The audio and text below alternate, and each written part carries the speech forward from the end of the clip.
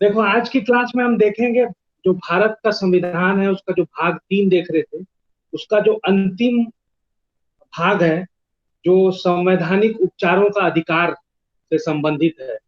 तो जिसमें संबंधित जो अनुच्छेद हैं वो 32 से लेकर 35 तक हैं। तो आज हम विस्तार से व्याख्या करेंगे कि अनुच्छेद 32 जो है उसके विषय में। तो चलिए शुरू करते हैं। तो देखो, जो भारत के संविधान में जो भाग 3 है, जो मूल अधिकार से संबंधित था, उसका अंतिम भाग ये है कि संवैधानिक उपचारों का अधिकार।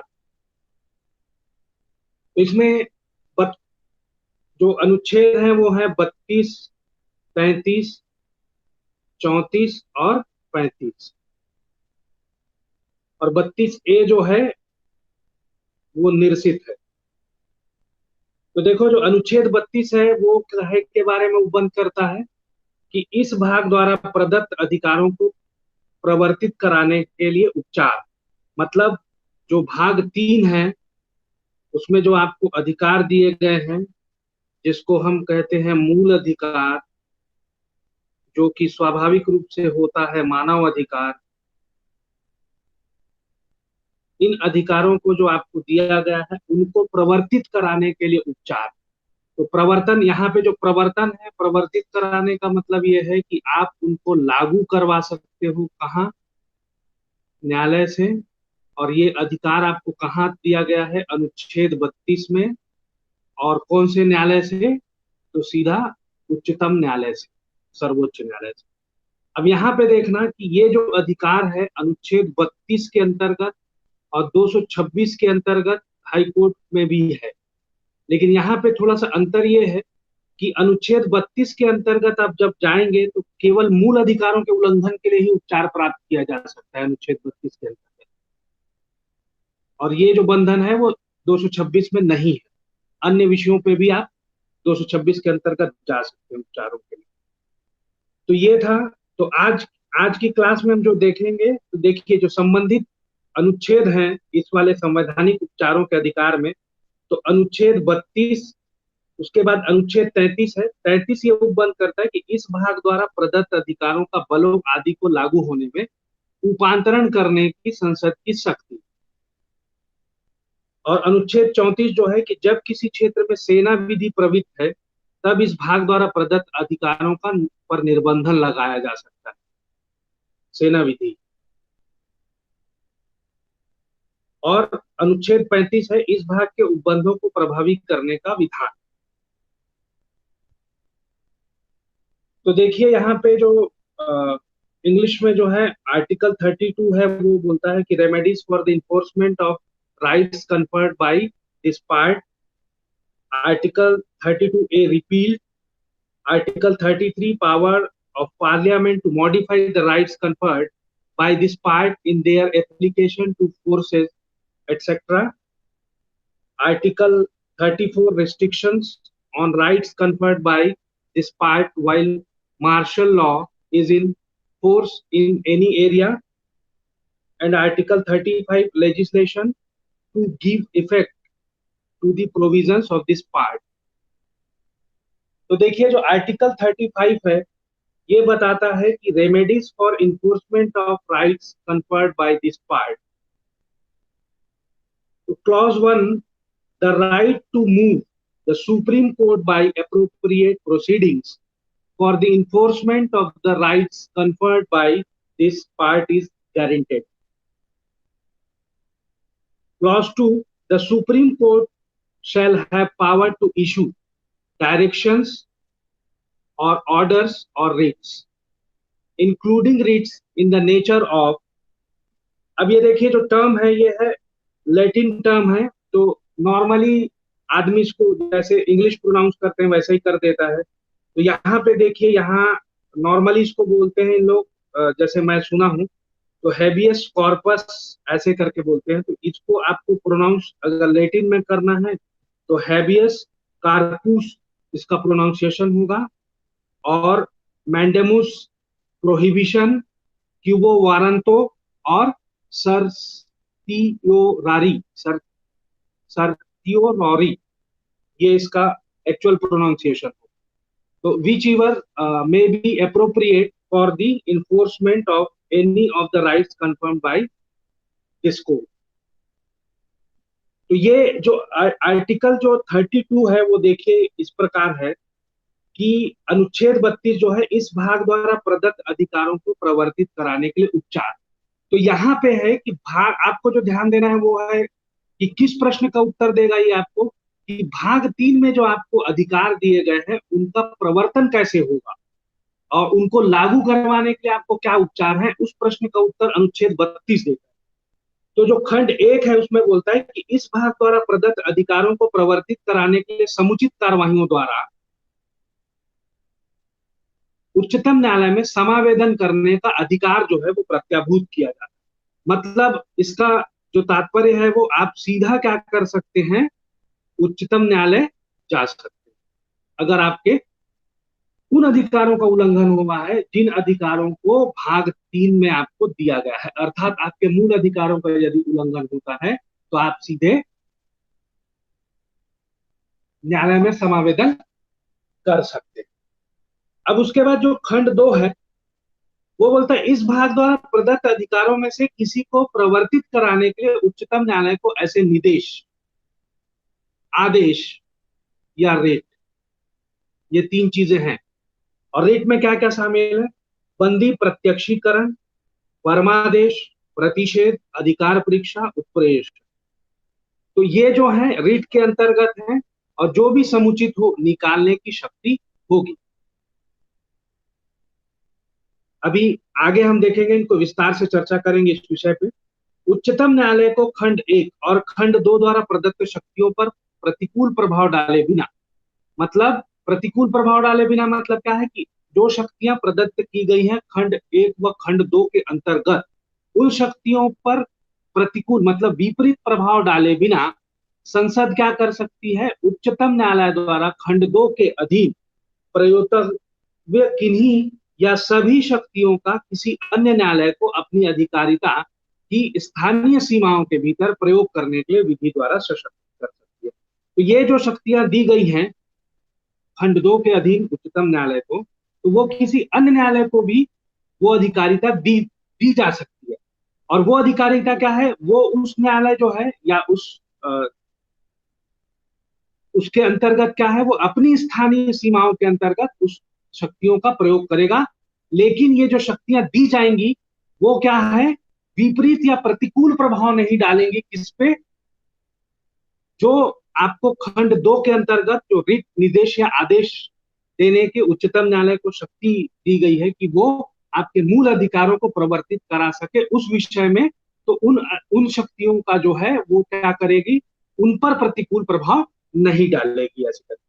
उसके बाद अंतिम खंड है खंड 4।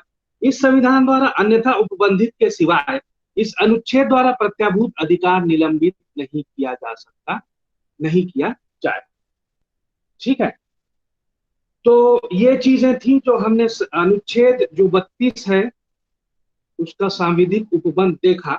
अब हम इसकी व्याख्या करते हैं कि क्या क्या चीजें हैं। तो जैसे देखिए कि लोग जैसे हेबियस कॉर्पस बोलते हैं इसको, लेकिन मेरे हिसाब से हेबियस कॉर्पस प्रोनाउंसिएशन होना चाहिए इसका, और हिंदी में ये बोला जाता है बंदी प्रत्यक्षीकरण। तो इसका जो सामान्य रूप, जो सामान्य अर्थ में इसका जो सामान्य अर्थ लिया जाए अगर, तो ये है कि बंदी जो है जिसको निरुद्ध किया गया है वो न्यायालय के समक्ष प्रस्तुत किया जाए। शाब्दिक या सामान्य बोलचाल की भाषा में इसका अर्थ होता है कि बंदी को न्यायालय के समक्ष प्रस्तुत किया जाए। ये जो हेबियस कार्पस है ये एक लैटिन वर्ड है, लैटिन टर्म है, जिसका अर्थ होता है, जैसे मैंने आपको बताया कि बंदी को न्यायालय के समक्ष प्रस्तुत करना। तो ये जो लेख या रिट है उसका मुख्य उद्देश्य क्या है, तो इसका मुख्य उद्देश्य ये है कि जानिए कि अवैध रूप से बंदी बनाए गए व्यक्ति को शीघ्र उपचार प्रदान करना होता है। यह लेख या रिट एक आदेश के रूप में उन व्यक्तियों के विरुद्ध जारी किया जाता है किनके विरुद्ध जारी किया जाता है? जो किसी व्यक्ति को निरुद्ध किए हुए रखते हैं। यदि न्यायालय यह पाता है कि बंदी को के निरोध का कोई विधिक औचित्य नहीं है, तो वह तुरंत निरुद्ध व्यक्ति को छोड़ने का आदेश देता है कि इसको, ऐसे व्यक्ति को जिसके लिए कोई विधिक औचित्य नहीं है उसको बंदी बनाए रखने का, उसको तुरंत क्या कर दिया जाए? छोड़ दिया जाए, मुक्त कर दिया जाए। तो अब इसमें सबसे पहली बात यह उठती है कि बंदी प्रत्यक्षीकरण के लिए कौन आवेदन दे सकता? तो सामान्य नियम क्या है कि जिसके मतलब अधिकारों का हनन हुआ है वो व्यक्ति क्या कर सकता है? आवेदन कर सकता है। ये सामान्य नियम है ना। तो याचिका के रूप में न्यायालय में वही व्यक्ति जो है आवेदन प्रस्तुत करेगा जिनके अधिकारों का उल्लंघन हुआ है। ठीक है। तो अब यहाँ पे देखो कि बंदी प्रत्यक्षीकरण में क्या है कि कोई रिश्तेदार भी या जान पहचान वाला जो है वो भी बंदी प्रत्यक्षीकरण का रिट जो है वो दायर कर सकता है। ठीक है। अब उच्चतम न्यायालय में एक मामले में ये डिसाइड किया गया था कि कुछ परिस्थितियों में इस रिट के लिए बंदी की ओर से कोई भी अन्य व्यक्ति, जो बंदी का कोई भी रिश्तेदार या फिर हितैषी हो सकता है, वो बंदी प्रत्यक्षीकरण का रिट या लेख क्या कर सकता है? का आवेदन कर सकता है। ठीक है। अब देखो सुनील बत्रा, एक केस है यहाँ पे, मार्क करिएगा इसको, सुनील बत्रा वर्सेस दिल्ली एडमिनिस्ट्रेशन का एक केस। ठीक है। तो ये दो दो केस है इसमें ना, एक पहला और दूसरा ऐसे करके। तो एक का जो रेफरेंस है वो आपके सामने है, 1978 का एक केस है और एक 1980 का भी केस है। उसका रेफरेंस अगर आप लिखना चाहें तो ये 1 है, और जो 2 वाला है उसका रेफरेंस आएगा AIR 1980 SC 1935। ये नोट कर लीजिएगा। केस का नाम सेम है, सुनील बत्रा वर्सेस दिल्ली एडमिनिस्ट्रेशन, है ना, नंबर 1, और वे नंबर 2 है, उसका रेफरेंस है। तो इस मामले में क्या है, उच्चतम न्यायालय ने कहा कि लेख की मांग या रिट की जो मांग है वो निरुद्ध व्यक्ति की ओर से कोई अन्य व्यक्ति भी कर सकता है। तो इन दोनों जो मामलों में है उसमें यह बताया गया था कि जो आवेदन किया जाना है बंदी प्रत्यक्षीकरण लेख का, वो निरुद्ध व्यक्ति या फिर उसकी ओर से कोई अन्य व्यक्ति भी कर सकता है। अब देखो ये सुनील बत्रा का जो क्रमांक 2 वाला है, उसमें क्या हुआ था कि इस मामले में न्यायालय ने एक चीज और स्पष्ट की कि इस रिट का प्रयोग न केवल गिरफ्तार व्यक्ति को मुक्त करने के लिए किया जाएगा, बल्कि जेल में उसके विरुद्ध किए गए अमानुषिक, ठीक है, और क्रूर बर्तावों से संरक्षण प्रदान करने के लिए भी किया जाएगा। तो उसकी रिहाई को छोड़, है ना, रिहाई के लिए तो किया ही जाएगा, लेकिन अगर उसके साथ कोई अमानवीय व्यवहार होता है या फिर मारपीट होती है तो इन सब से संरक्षण प्रदान करने के लिए भी इस रिट का प्रयोग किया जा सकता है कि अगर आपके साथ मारपीट हो रहा है या फिर अमानवीय व्यवहार हो रहा है तो भी आप बंदी प्रत्यक्षीकरण का जो रिट है वो लगा सकते हैं। तो ये कौन से केस में डिसाइड किया गया था? सुनील बत्रा वर्सेस दिल्ली एडमिनिस्ट्रेशन का जो केस है AIR 1980 वाला जो केस है, उसमें ये डिसाइड किया। अब देखो शुरुआत में क्या होता है कि इस रीट के अंतर्गत बंदी जो रहता है उसको न्यायालय के सामने हाजिर करना एक आवश्यक शर्त मानी जाती है। ठीक है, कि जो बंदी है उसको आप क्या करो, न्यायालय के सामने लाओ ही, ऐसा एक शर्त, आवश्यक शर्त। ठीक है। लेकिन एक केस जो आया यहाँ पे, Kalu Sanyal versus district magistrate Darjeeling का, ये 1974 का केस था। इस केस में क्या डिसाइड किया गया कि सुप्रीम कोर्ट ने यह माना कि बंदी को न्यायालय के समक्ष हाजिर करना आवश्यक नहीं है। इससे पहले आवश्यक माना जाता था, ठीक है, इस केस से पहले। और ये प्रोसीजरल रिट है, ठीक है, मतलब यहाँ पे क्या था कि ये जो रिट है वो है प्रक्रियात्मक लेख है जिसका संबंध न्यास पद्धति से है, न कि मौलिक पद्धति से। ठीक है, सब्सटेंटिव लॉ से नहीं है।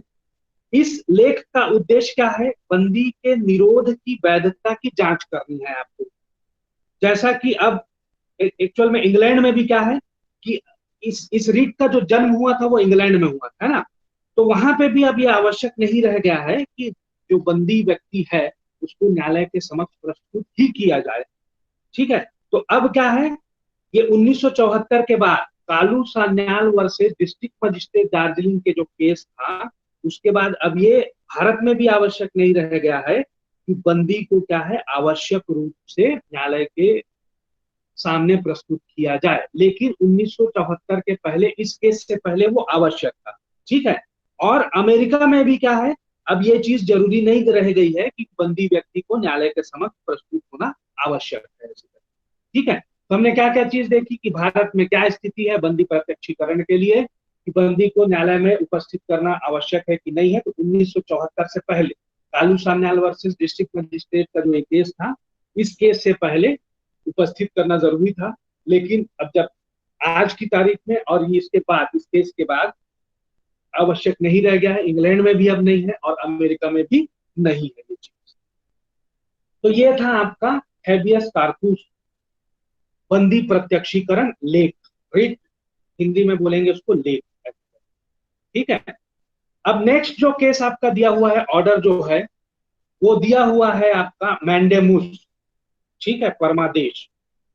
तो देखो, इसका सबसे पहले हम क्या करते हैं, सामान्य जो बोलचाल की भाषा है उसमें जानने का प्रयास करते हैं कि इसका अर्थ क्या होता है। ठीक है, तो परमादेश का अर्थ होता है हम आदेश देते हैं।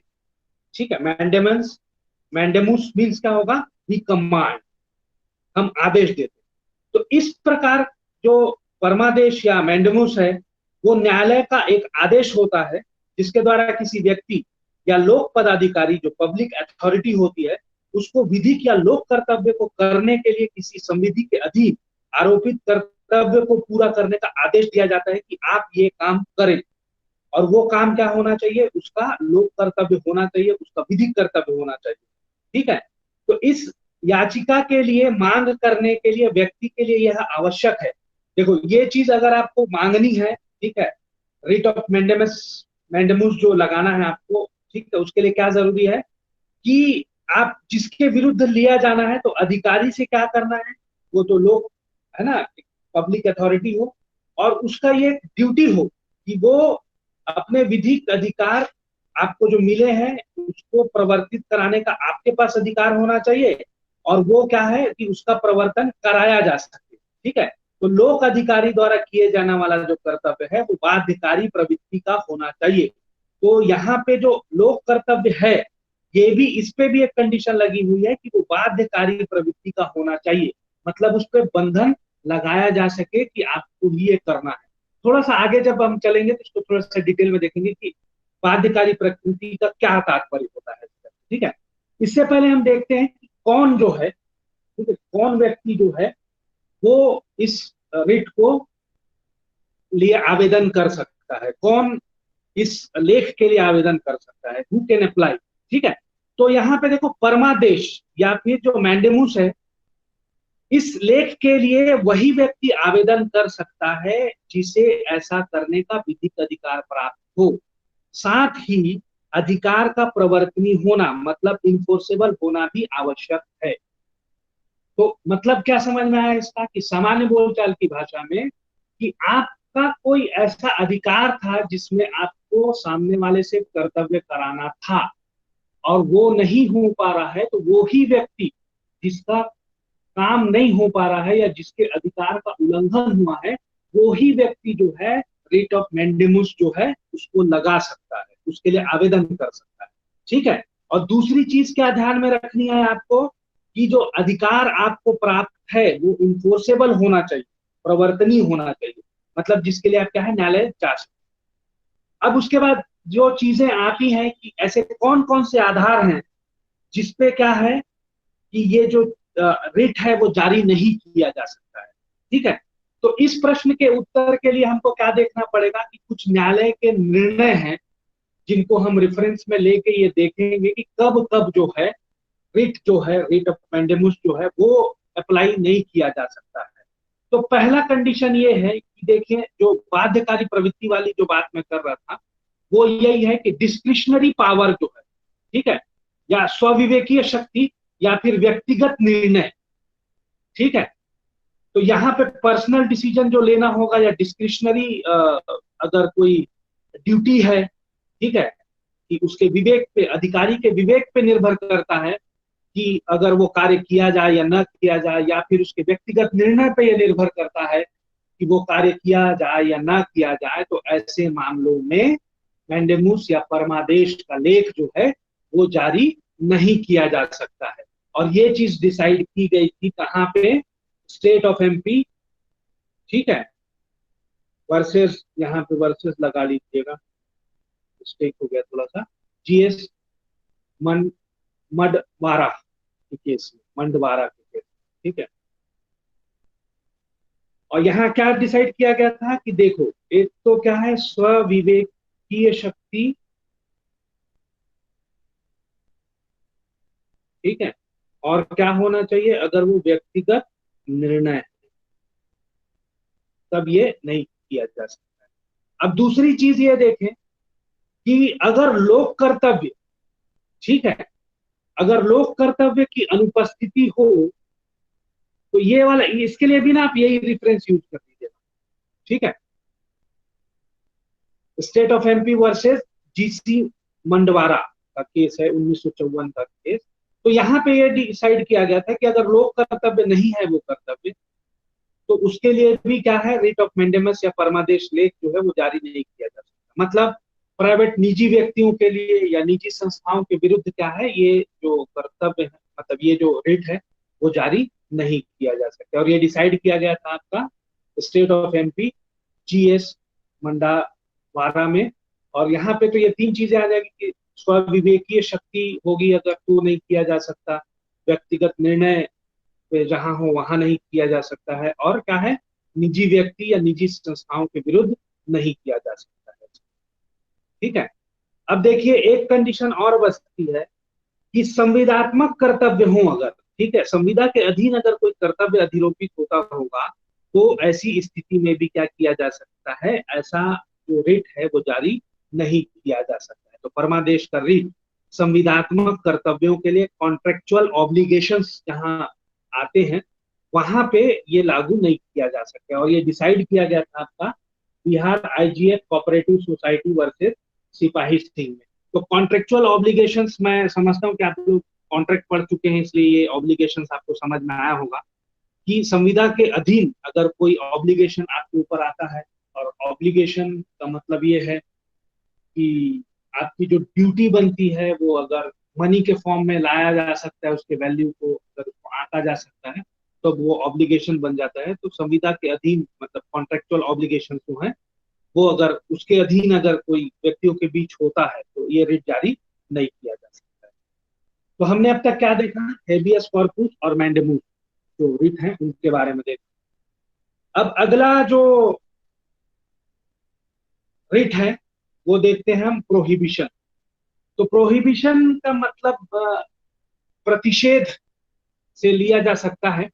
और ये देखिए कि ये जो रिट है वो मुख्य रूप से अधीनस्थ न्यायालयों या न्यायाधिकरणों, ठीक है, दो चीज आप नोट करके रखिएगा कि सबॉर्डिनेट कोर्ट्स और ट्रिब्यूनल्स जो होते हैं, अधीनस्थ न्यायालयों या न्यायाधिकरण, वो अपने क्षेत्राधिकार से बाहर जाने, या फिर क्या है ना, दो चीजें नोट कर लेना है यहाँ पे, एक तो क्षेत्राधिकार होगा, ज्यूरिसडिक्शन वाली बात, और दूसरा जो चीज है वो है आपका प्राकृतिक न्याय के विरुद्ध अगर कोई कार्यवाही की जा रही है उस समय, ठीक है, और प्रिंसिपल ऑफ नेचुरल जस्टिस के विरुद्ध अगर कोई काम किया जा रहा है, या कोई सबॉर्डिनेट कोर्ट है या ट्रिब्यूनल्स हैं वो क्या कर रहे हैं, अपने ज्यूरिसडिक्शन से बाहर काम कर रहे हैं, दो कंडीशंस में, ठीक है। तो इस प्रकार एक न्यायिक रिट है ये, है ना, न्यायिक लेख है ये, जो एक वरिष्ठ न्यायालय, जो ऊपर वाला न्यायालय होता है, वो क्या करता है, अपने अधीनस्थ न्यायालयों के विरुद्ध जारी करता है, ठीक है। तो कब करेगा वो, कि वो अपने क्षेत्राधिकार से बाहर काम कर रहा है, या अनधिकृत प्रयोग कर रहा है अपने क्षेत्राधिकार का, या फिर क्या कर रहा है, वो प्राकृतिक न्याय के सिद्धांतों का क्या उल्लंघन कर रहा है, तो ये रिट जारी किया जा सकता है और उस कार्रवाई पे रोक लगाई जा सकती है, ठीक है। तो ये याचिका जो है वो पूर्व, मतलब जब आप डिसीजन आने से पहले की कार्रवाई है ना, ये जो चीज, जो डिफरेंस है वो हम कब देखेंगे, जब उत्प्रेषण वाला जो रिट है, ठीक है, सर पियो नारी जो रिट है उसको जब पढ़ेंगे उसमें जो डिफरेंस पढ़ेंगे तो उसमें याद रखिएगा इस चीज को, ठीक है। तो याचिका, ये जो रिट है वो कब लगाते हैं अपन, कि निर्णय आने के पूर्व ये कार्यवाही कर, है ना, इसके लिए जो आवेदन लगता है वो पहले लगता है, निर्णय आने से पूर्व, है ना। तो इसका उद्देश्य क्या होता है कि जो गलती हो रही है उसको रोकना, ठीक है। इस रिट को जारी करने के वही अधिकार, मतलब जो अधिकार हैं वो ही अधिकार होते हैं जो किसके होते हैं, उत्प्रेषण रिट के जो आधार होते हैं, ठीक है। तो उत्प्रेषण जब हम पढ़ेंगे तो उसमें डिटेल में देखेंगे कि किन किन आधारों पे ये रिट जो है वो जारी किया जा सकता है, तो वो ही अधिकार जो है। तो आप याद रखिएगा कि क्यू वारंट तो जो देखेंगे हम, वो ही प्रोहिबिशन के लिए जो है बेस जो आधार बनता है वो सेम, दोनों एक बराबर होते हैं, ठीक है। तो ये था आपका प्रतिषेध प्रोहिबिशन वाला में। ध्यान देने वाली बात क्या है कि आधार, क्षेत्राधिकार और प्राकृतिक न्याय का उल्लंघन, और कब, निर्णय से पूर्व, ये चीज आप ध्यान में रखिएगा तो आपको ये याद रहेगा जो रिट है वो। अब उसके बाद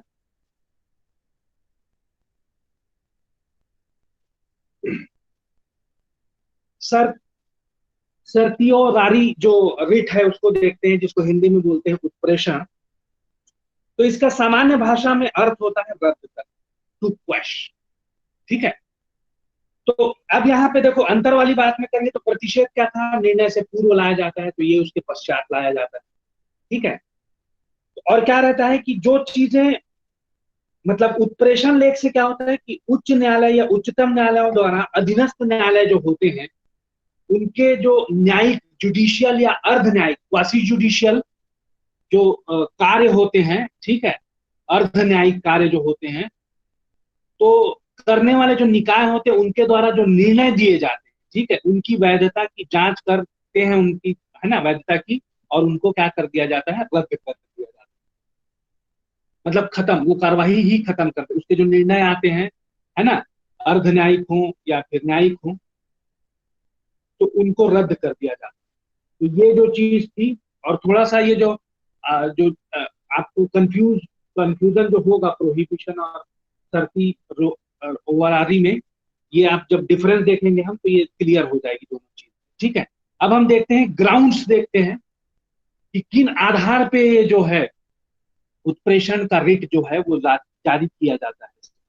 तो देखो पहला अधिकार जो है वो ये है कि जहां की निर्णय अधीनस्थ न्यायालय में ने बिना क्षेत्राधिकार के प्रयोग किए, ठीक है। तो क्षेत्राधिकार नहीं था और उसने क्या किया हो, निर्णय दे दिया हो। अब उसके बाद दूसरा देखें कि निर्णय अधीनस्थ न्यायालय ने अपने क्षेत्राधिकार से अधिक क्षेत्राधिकार, मतलब अपने क्षेत्राधिकार से बाहर जाके निर्णय दिया। तीसरा कंडीशन ये है कि अधीनस्थ न्यायालय ने अपने क्षेत्राधिकार का प्रयोग कम करते हुए निर्णय दिया हो, ठीक है, मतलब उचित रूप से अपने क्षेत्राधिकार का प्रयोग न किया हो। और उसके बाद क्या है, चौथा जो नेक्स्ट है वो निर्णय प्राकृतिक न्याय के सिद्धांतों के उल्लंघन द्वारा किया गया तब। और पांचवा और अंतिम आधार है कि निर्णय में अगर कोई वैधानिक गलती हो तो इन पांच आधारों पे क्या किया जा सकता है, यह रिट जो है, उत्प्रेषण का रिट जो है वो जारी किया जा सकता है। तो आधार कौन कौन से हैं, तो क्षेत्राधिकार के प्रयोग, ठीक ठीक है, बिना क्षेत्राधिकार के दिया गया हो, क्षेत्राधिकार से ज्यादा का प्रयोग किया गया हो अधिकार का, या फिर क्षेत्राधिकार के प्रयोग का कम करके किया गया हो, या न्यायिक जो प्राकृतिक न्याय के सिद्धांतों का उल्लंघन करके किया गया हो, या फिर निर्णय में कोई ऐसी गलती, वैधानिक गलती हो, तो इन आधारों पे जारी किया जा सकता है, ठीक है। अब यहाँ पे देखो कि कौन कर सकता है उत्प्रेषण की याचिका के लिए, है ना। तो कौन कर सकता है, जो आदमी पीड़ित है, मतलब इन सभी निर्णयों से जो आधार आपको बताए गए हैं, पांच आधार, उनसे अगर कोई व्यथित व्यक्ति है तो वो क्या कर सकता है, इस रिट के लिए आवेदन कर सकता है। तो इन दोनों रिटों को पढ़ने के बाद, सर्टियोररी और प्रोहिबिशन जो रिट है उनको पढ़ने के बाद, हम इनमें क्या देखते हैं, अंतर देखते हैं। तो डिफरेंसेस बिटवीन सर्टियोररी एंड प्रोहिबिशन का, तो देखो पहला, सबसे पहला अंतर क्या होता है इन दोनों के बीच में, कि जो प्रतिषेध है, ठीक है, प्रतिषेध रिट जो क्या होता है, कार्यवाही के चालू रहने के दौरान, मतलब निर्णय से पूर्व दिया जाता है ना। तो ऐसे डिफरेंस समझा जा सकता है, जैसे मान लो ये डिसीजन आना है, तो यहाँ पे क्या होगा, प्रोहिबिशन होगा, और इसके बाद डिसीजन आने के बाद, है ना, यहाँ पे क्या होगा, उत्प्रेषण रिट का आवेदन किया जाएगा। तो ये पहला अंतर ये हो गया। दूसरी चीज क्या है, ऐसी भी परिस्थितियां आ सकती हैं कि जब एक ही मामले में प्रतिषेध रिट, ठीक है, और दूसरा उत्प्रेषण रिट दोनों एक साथ लगाए, तो उस समय जारी किए जा सकते हैं। तो ऐसी परिस्थितियां कब हो सकती हैं कि जब निर्णय न दिया गया हो और मामला न्यायालय में लंबित, तो उस दशा में प्रतिषेध रिट न्यायालय को उस कार्यवाही को आगे बढ़ाने से रोक देती है, और उत्प्रेषण रिट क्या करती है, उन कार्यवाहियों को रद्द कर देती है जो पूरी तरह पूरी की जा चुकी है, जो स्टेजेस पूरे हो चुके हैं ना। तो इस कंडीशन में दोनों रिट एक साथ डाला जा सकता है। ठीक है, प्रतिषेध रिट का उद्देश्य क्या होता है, न्यायिक गलती को रोकना और उसको सुधारना, सुधारना नहीं, है ना, उनको रोकना होता है प्रतिषेध का। और उत्प्रेषण का क्या होता है कि उनको सुधारना होता है, उस गलती को सुधारना है। ठीक है, तो उनके निर्णयों को रद्द कर दिया जाता है सुधारने के लिए। तो ये दोनों था जिसमें हमने अंतर देखा। अब एक आखिरी जो रिट बचता है वो अधिकार परीक्षा, ठीक है, क्यूओ वारंटो का जो रिट है उसके बारे में देखते हैं। तो इसका मतलब होता है कि आपका क्या अधिकार है, ठीक है, कि आप किस अधिकार से किसी पद पे आसीन है, इस चीज को मतलब इस रिट में ये चीज देखी जाती है ना। तो यहाँ पे देखिए क्या है कि किस व्यक्ति के विरुद्ध जारी किया जाएगा, उस व्यक्ति के विरुद्ध जारी किया जाएगा जो क्या है, सार्वजनिक पद पर बैठा हुआ है। ठीक है, अब कौन कौन कर सकता है, तो इस रिट के लिए क्या है, कोई भी आवेदन कर सकता है। ठीक है, तो इस रिट के द्वारा ये पूछा जाता है कि इस पद पर आसीन कोई व्यक्ति किस अधिकार से उस पद को ग्रहण किए हुए है। यदि वह व्यक्ति, इस पद पे बैठा हुआ व्यक्ति अगर अवैध रूप से इस पद पे बैठा है, ठीक है, तो क्या किया जा सकता है, न्यायालय के इस रिट द्वारा, है ना, अधिकार परीक्षा वाले में, ठीक है, क्या किया जा सकता है, उसको पद से मुक्त किया जा सकता है, मतलब उस पद से उसको हटाया जा सकता है अगर वो व्यक्ति उस पद पर बैठने अवैध रूप से बैठा हुआ है। ठीक है, मतलब उसको उस पद पे बने रहने का अगर कोई अधिकार नहीं था, या उसने ऐसा अवैध तरीके से उस पद को पाया है, तो उस पद से उसको मुक्त किया जा सकता है।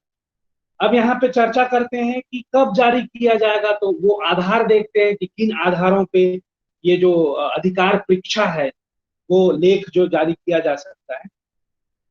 तो सबसे पहले देखो कि पहला अधिकार तो ये होना चाहिए, मतलब आधार जो है वो ये होना चाहिए कि जिस पद के बारे में हम बात कर रहे हैं वो पद क्या होना चाहिए, सार्वजनिक पद होना चाहिए।